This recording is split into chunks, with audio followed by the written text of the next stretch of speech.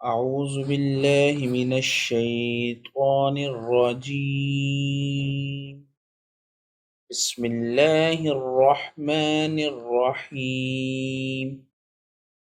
السلام علیکم ورحمۃ اللہ وبرکاتہ۔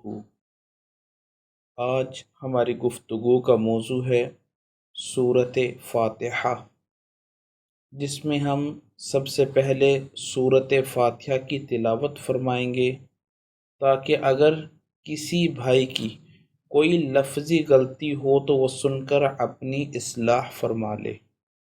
پھر ہم سورۃ فاتحہ کی فضیلت کے بارے میں کچھ حدیث مبارکہ بیان کریں گے، اور پھر سورۃ فاتحہ کے کچھ خاص عمل جن کا آپ کے لیے جاننا بے حد ضروری ہے۔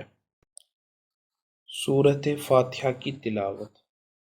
اعوذ باللہ من الشیطان الرجیم، بسم اللہ الرحمن الرحیم، الحمد للہ رب العالمین،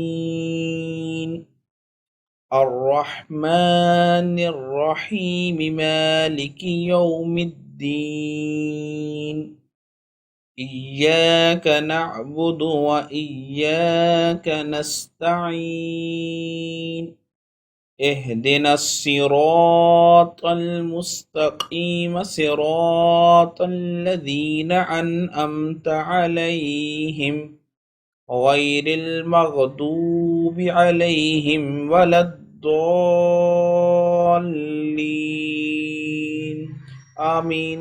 اللہ تبارک و تعالی نے قرآن مجید فرقان حمید کی صورت حجر کی آیت نمبر 87 کے اندر ارشاد فرمایا، وَلَقَدْ آتَيْنَاكَ سَبْعًا مِّنَ الْمَثَانِي وَالْقُرْآنَ الْعَظِيمِ، کہ اے محبوب تحقیق ہم نے آپ کو سبعًا من المثانی 7 آیتیں جو بار بار دہرائی جاتی ہیں وہ عطا فرمائی، والقرآن العظیم، اور قرآن عظیم عطا فرمایا۔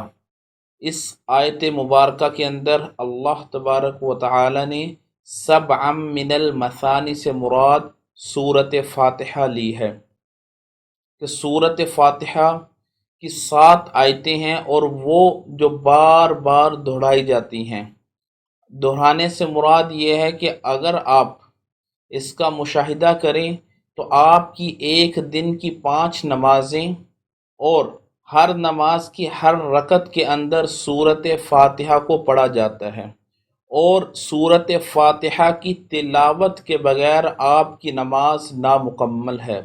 رسول کریم صلی اللہ علیہ وسلم نے ارشاد فرمایا، لا صلاۃ الا بفاتحۃ الکتاب، کہ سورۃ فاتحہ کی تلاوت کے بغیر نماز نامکمل ہے۔ تو سورۃ فاتحہ نماز کا ایک فرض ہے کہ اگر کوئی شخص اپنی نماز کے اندر سورۃ فاتحہ کی تلاوت نہیں کرتا تو اس کی نماز بالکل نامکمل ہوگی، اس کی نماز ہوگی ہی نہیں۔ تو اس آیت مبارکہ میں سبعًا من المثانی سے مراد یہی ہے۔ اسی طرح رسول کریم صلی اللہ علیہ وسلم نے ارشاد فرمایا کہ سورۃ فاتحہ ہر مرض کی دوا ہے، چاہے وہ آپ کی جسمانی مرض ہو یا روحانی مرض ہو۔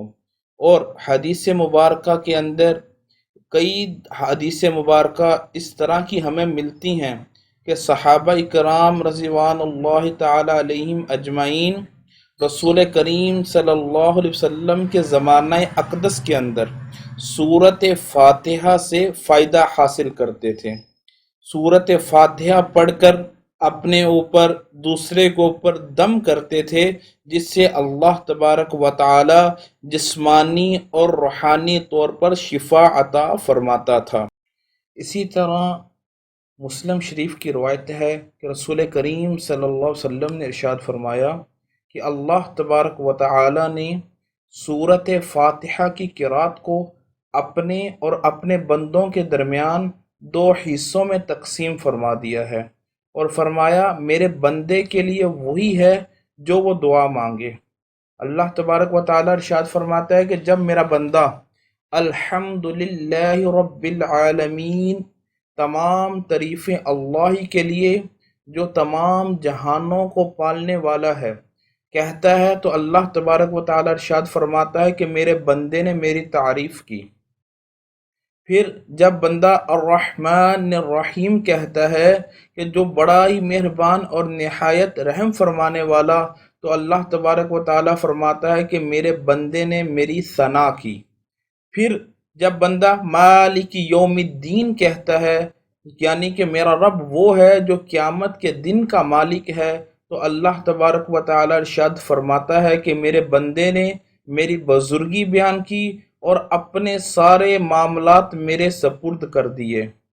پھر اللہ تبارک و تعالی ارشاد فرماتا ہے کہ جب میرا بندہ کہتا ہے ایاک نعبد و ایاک نستعین، تو یہ آیت آدھی میرے لیے اور آدھی میرے بندے کے لیے، کہ ایاک نعبد، ہم تیری ہی عبادت کرتے ہیں، و ایاک نستعین، اور یا پروردگار عالم ہم تجھی سے مدد مانگتے ہیں۔ تو میرے بندے کے لیے وہی ہے جس چیز کی وہ مدد مانگ رہا ہے۔ پھر جب میرا بندہ کہتا ہے اہدنا الصراط المستقیم صراط الذین انعمت علیہم غیر المغضوب علیہم ولا الضالین، کہ یا پروردگار عالم ہمیں صراط مستقیم پہ چلا، ان لوگوں کا راستہ جن پر تو نے انعام کیا، نہ کہ ان کا کہ جن پر تیرا غضب ہوا، اور نہ ہی گمراہ لوگوں کا۔ تو اللہ تبارک و تعالیٰ فرماتا ہے کہ یہ میرا بندہ مجھ سے دعا کر رہا ہے، مجھ سے مانگ رہا ہے، اور یہ جو مانگ رہا ہے یہ سب میں اسی کو عطا کروں گا۔ تو سورۃ فاتحہ ایک بہت ہی بڑی فضیلت اور برکت والی صورت ہے۔